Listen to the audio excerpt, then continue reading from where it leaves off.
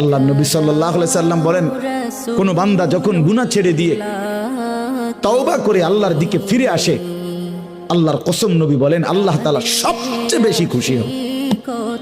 আশাদ্দু ফারাহান, আল্লাহ তাআলা সবচেয়ে বেশি খুশি হয় কখন? বান্দা আল্লাহর দিকে ফিরে আসে যখন। বিতাওবাতি আবদিহি, বান্দা যখন আল্লাহর দিকে ফিরে আসে আল্লাহ তাআলা ভীষণ খুশি হন।